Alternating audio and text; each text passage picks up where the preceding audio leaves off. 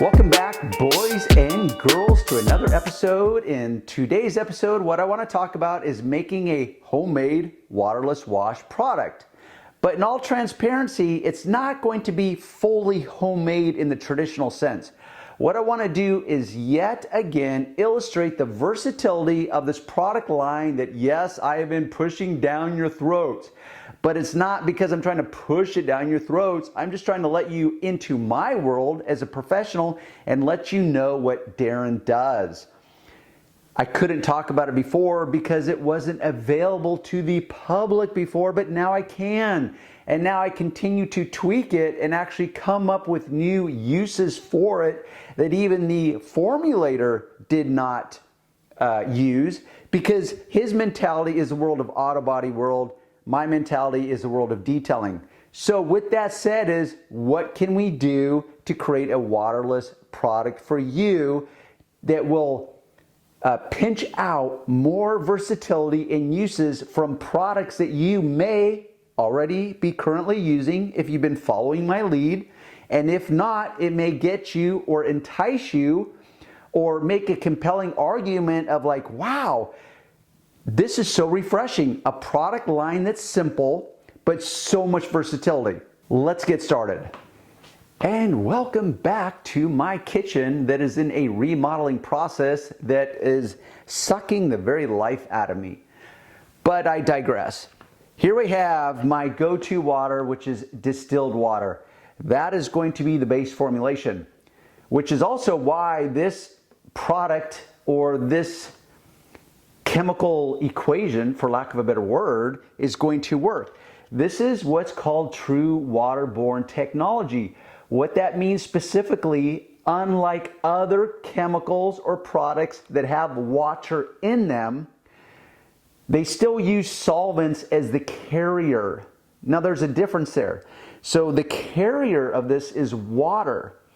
That's why it's true waterborne technology rather than just water-based technology.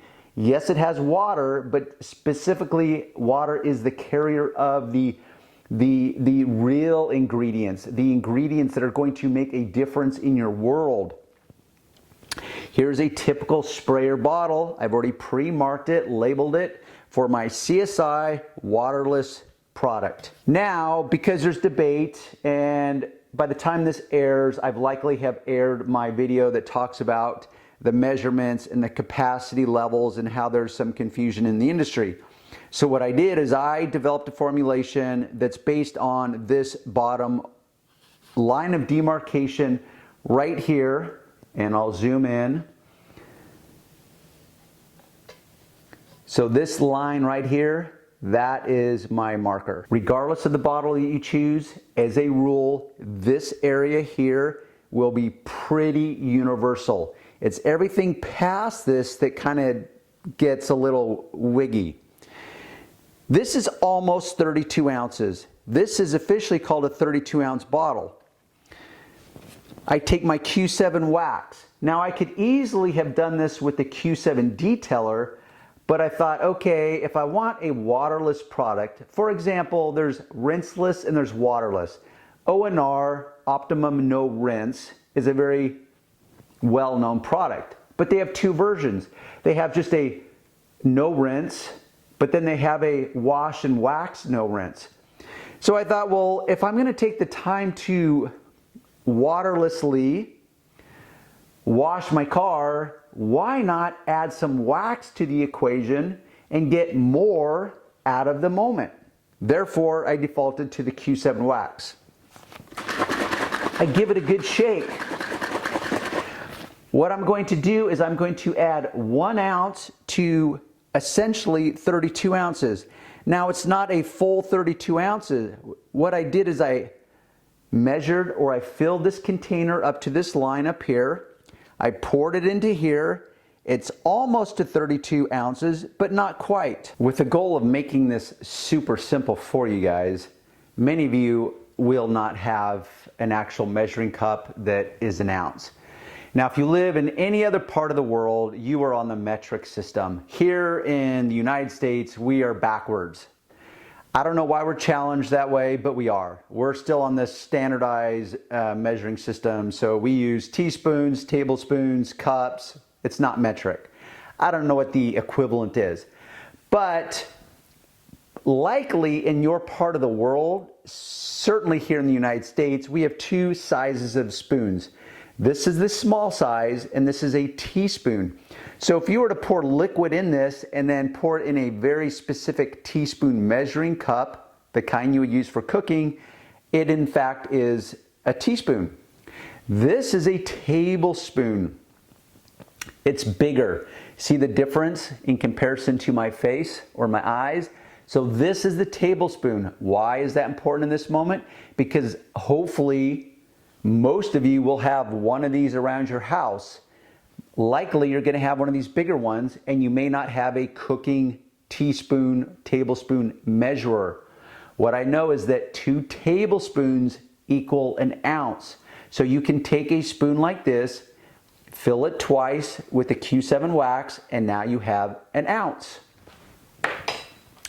So that's what I do. Once again, don't forget to shake vigorously to mix this up as well as possible. And then you measure 2 of these into that.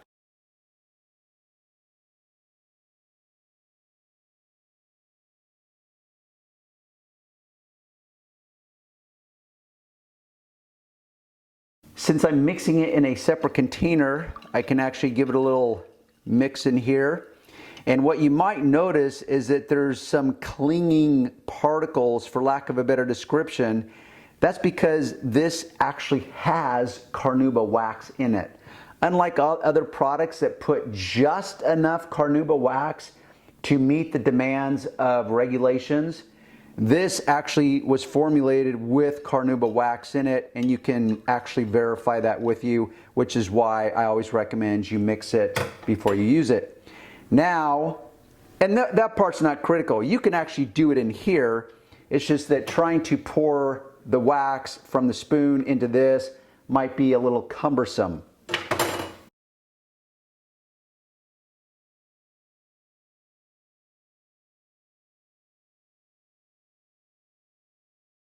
Now I'm good to go. Let's go out into my garage and I'm going to test this on my car and I will show it in action.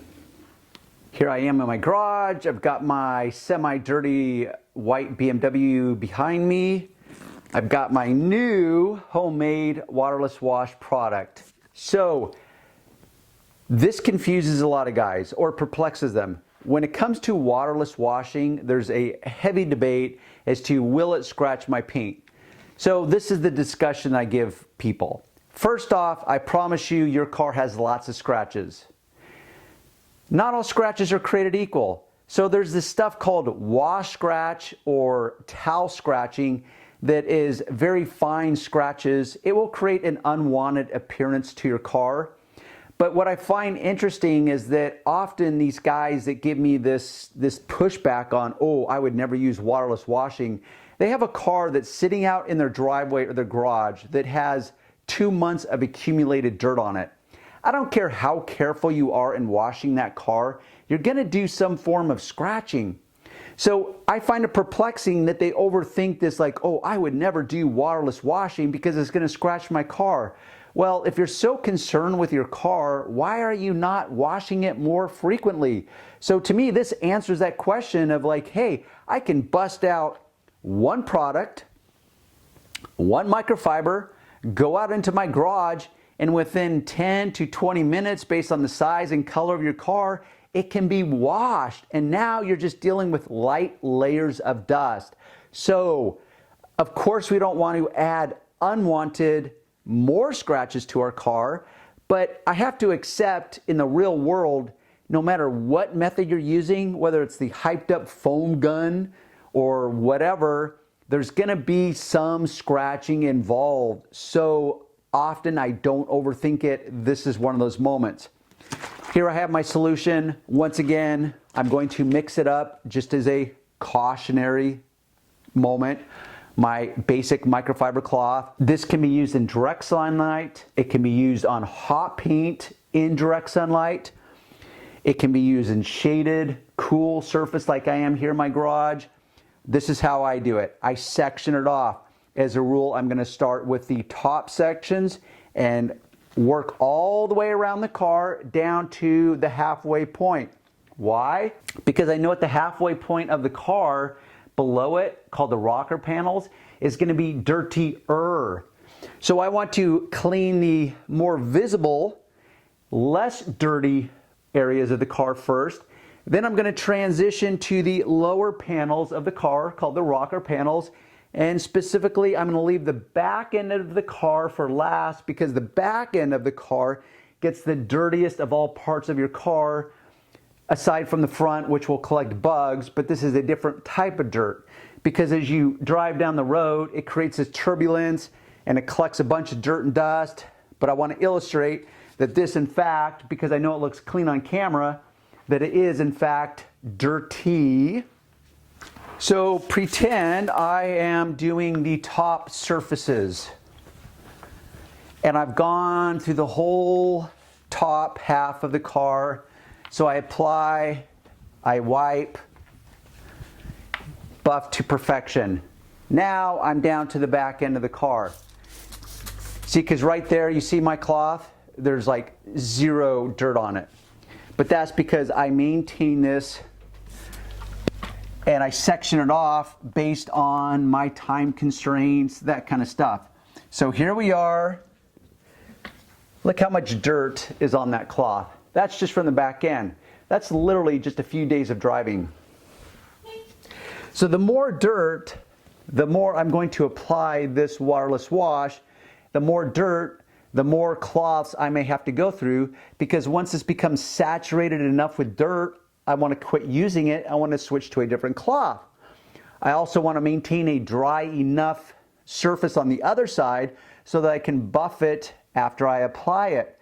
You may want to juggle two cloths. You may want to just switch out cloths as you work through them. That's for you to decide what works best in your world. So the dirtier it is, the more I'm going to go through cloths.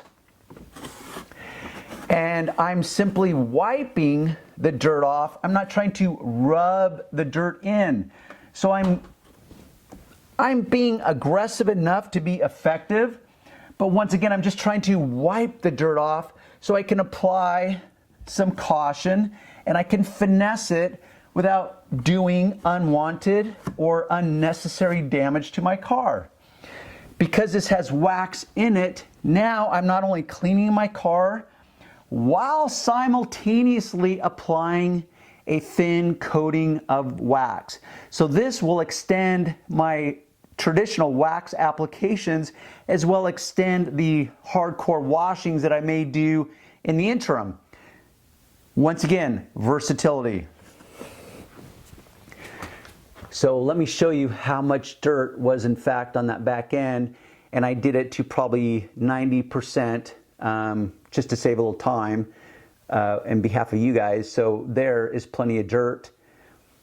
Embrace it, don't embrace it, it's up to you. The real point is making a homemade waterless wash product, specifically the versatility of the Clear Coat Solutions product line. Since many of you consider doing any product reviews on a white car doesn't count, here I have Sean's car from Blue Tech Mobile Detailing behind me. It's black, it's metallic. I'm in the direct sunlight, it's on hot paint. I got a brand new cloth so that you can see the kind of dirt that I'm dealing with. So I can spray it directly onto the paint, wipe it in, back end. Now Sean informed me that he did in fact just clean this before he came. He drove approximately 10 miles to get here. So there's very little dirt on this. So in most of your world, that's the ideal situation for using a waterless wash product, is it's just to remove light dust.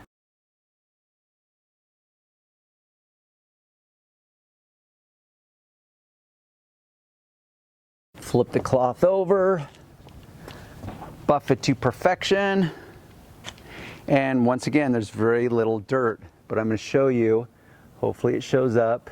Here's the dirty side. Here's the clean side.